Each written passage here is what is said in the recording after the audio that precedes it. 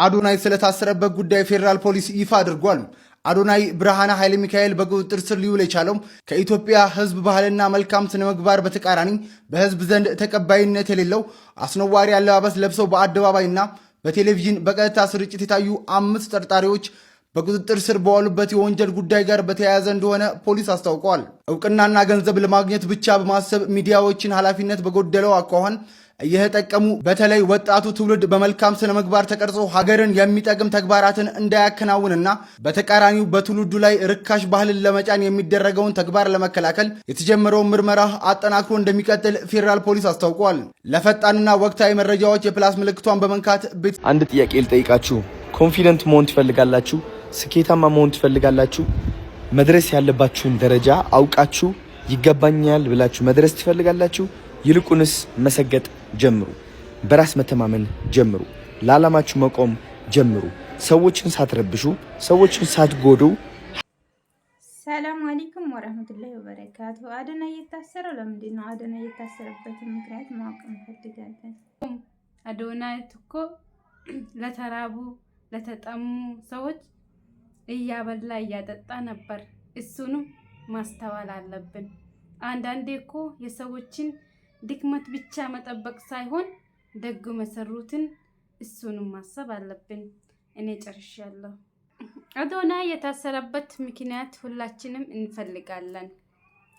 አዶናይ ለምንድን ነው የታሰረው? ሁላችንም አሁን እዚህ ጋር የመጣ ነው አዶናይ የታሰረበት ምክንያት ለማወቅ ነው። አሰላሙ አለይኩም ወራህመቱላሂ ወበረካቱ። ሰላም ጤና ይስጥልኝ ቻናሌ ቤተሰቦች እንደምናችሁ፣ በያላችሁበት የዓለም ዳርቻ ከእናንተ ጋር ይሁን። እኛ ዛሬ ሁላችንም ተሰባስበን የመጣ ነው እንደ ግላዊ ሀበሻ የተሰማንን ነገር ለመናገር ነው። በእርግጥ ህግን የተቃወመን ሳይሆን በቃ ለምንድን ነው አዶናይ የታሰረበት ምክንያት እኛ ማወቅ እንፈልጋለን። አዶናይ ለምን ታሰረ? ምን በማለት ነው? ሰግድ ፈምስ በማለቱ ነው የታሰረው? እንደዛ በራስ መተማመን የሚያሳስረው ከሆነ እሺ፣ እኛ በራሳችን እንዴት ነው የምንተማመነው? ይሄንን ነገር መፍትሄ አድርጋችሁ ልትነግሩን ትችላላችሁ? ይህ የሁላችንም ጥያቄ ነው። የኔ ወይም የሷ ብቻ ሳይሆን የህዝቡ በሙሉ ጥያቄ ስለሆን ሁላችሁም በአስቸኳይ መልሱን እንዲሰጡን።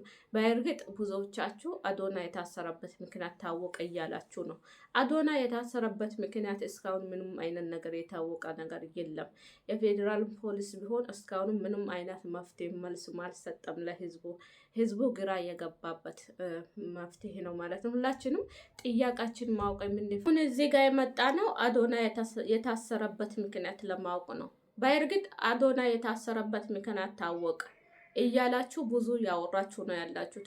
አዶናይ እስካሁን የታሰረበት ምክንያት ማናችንም ብንሆን አናውቅም። በእርግጥ የፌዴራል ፖሊስ ስራውን እየሰራ ነው። ለምን አሰራችሁት ወይም ለምን ያዛችሁት አይደለም የኛ ጥያቄ። የኛ ጥያቄ የሚሆነው የታሰረበት ምክንያት ምንድን ነው? ሰግጥ ፈምስ በማለቱ ነው? አንድ ሰው በራሱ እንዲተማመን አንድ ሰው ቢናገር ምንድን ነው ፍርሃቱ ወይስ ምንድነው ጥፋቱ? እዚህ ጋር ማለት ነው። ይህ የሁላችንም ጥያቄ ነው። እባካችሁ በአስቸኳይ ይሄንን ነገር ያደረጋችሁ አካላት በሙሉ ለዚህ ጉዳይ መፍትሄ ሰጥታችሁን የታሰረበትን ጉዳይ አሳውቃችሁን ሁላችንም ሰምተን ብንስማማ ባይነኝ እኔ ማለት ነው። አንድ ሰው ያለበት ሁኔታ እንጂ ያወራውን ነገር የምንከታተል ነገር ከሆነ በጣም ከባድ ነው። ብዙ ሰው በራሱ ማይተማመን በራሱ ስኬታማ ማይሆን ሰው አለ። ለዚህ ሰው ደግሞ አዶናይ አንዱ መፍትሄ ነው። ለምስኪኖች አይዟችሁ ብሎ ስንት